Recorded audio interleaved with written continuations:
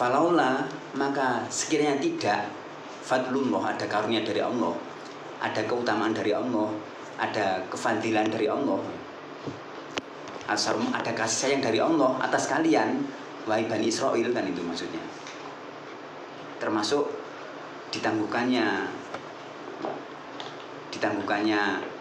hukuman, diterimai taubat, dan juga rahmat Allah diantaranya kemarin sudah diterangkan sebenarnya. Diturunkannya para nabi, para rasul utusan itu, diturunkannya kitab-kitab yang dibawa rasul itu, Taurat dalam hal ini kalau Bani Israel, sampai hari ini berarti Al-Quran, kan itu maksudnya.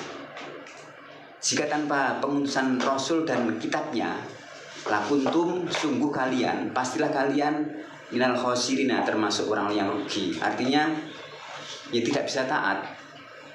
Ujungnya kan sebelumnya kan alam tatakun. Jika tidak mengikuti rasul dan kitabnya, maka kalian tidak bisa bertakwa, berarti rugi.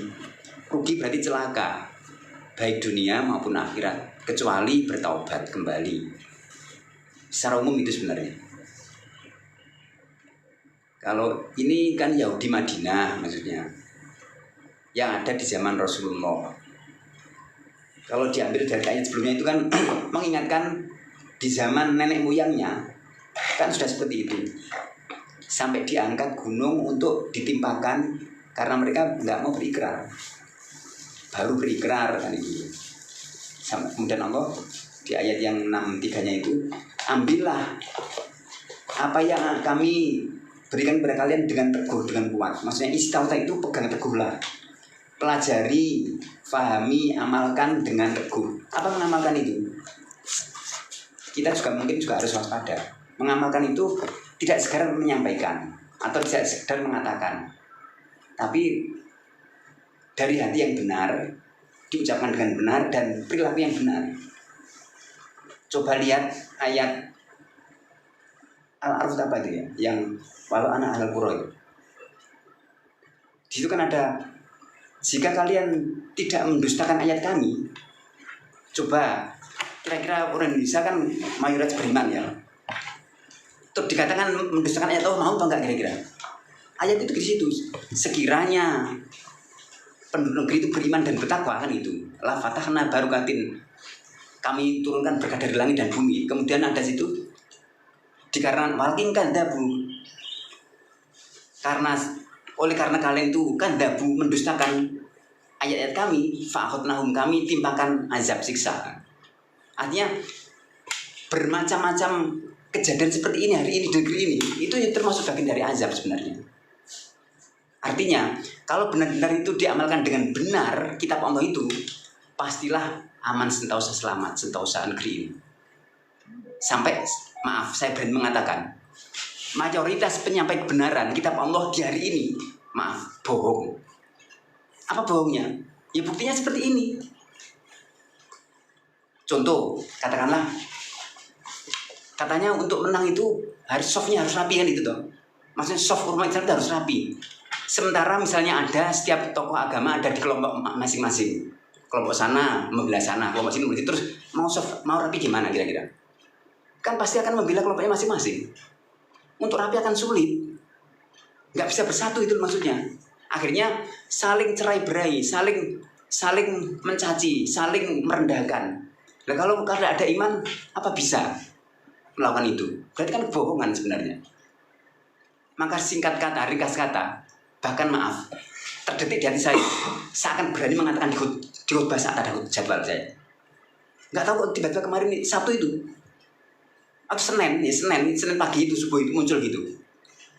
Negeri ini kayak gini itu ya karena penyampai kebenaran itu mayoritas bohong. Artinya tidak satunya antara hati, ucapan dan perbuatan.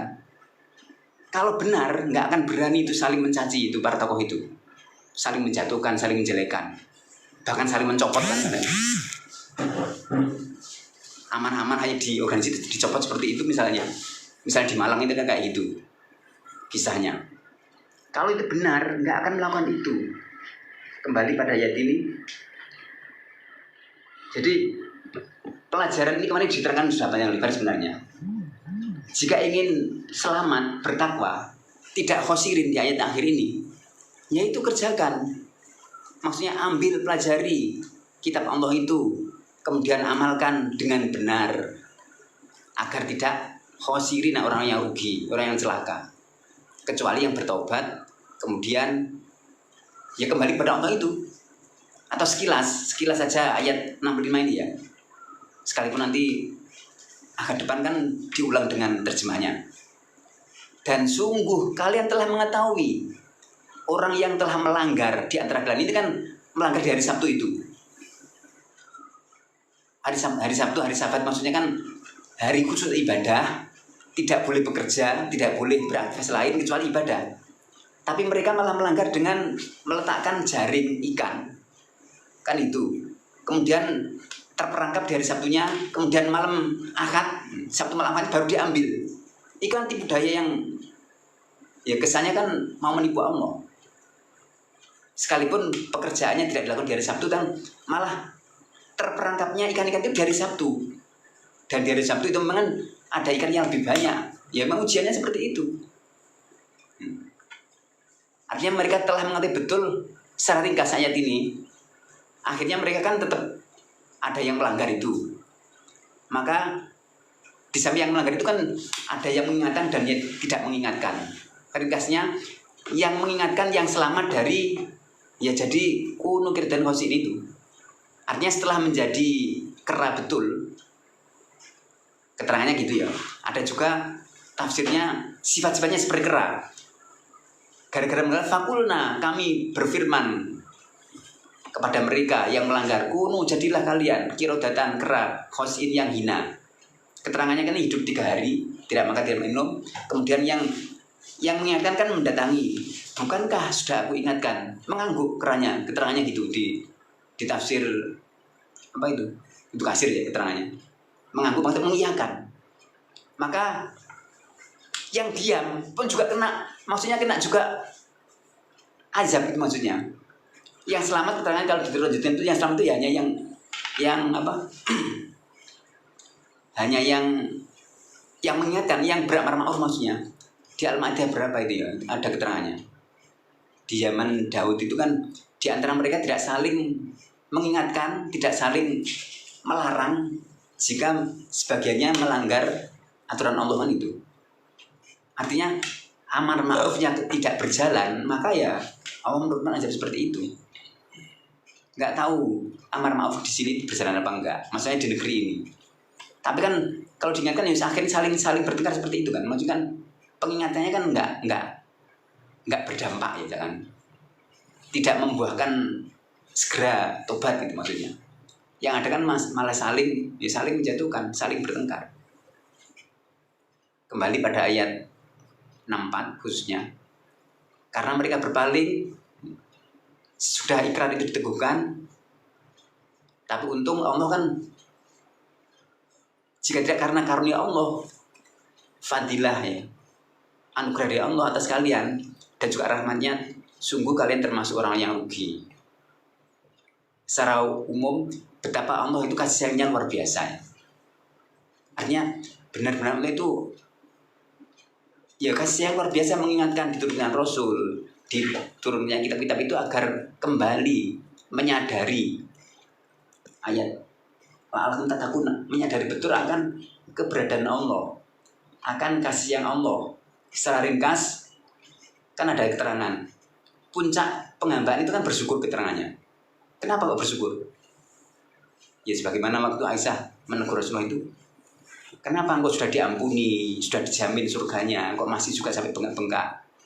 Tidak bolehkah aku menjadi hamba bersyukur? Maksudnya ya hanya bersyukur, berterima kasih saja, tidak meminta lagi balasan gitu loh. Bersyukur itu sudah nggak minta balasan lagi. Ada nggak orang misalnya habis diberi pinjaman uang misalnya, terus dikembalikan kan terima kasih, masih minta balasan?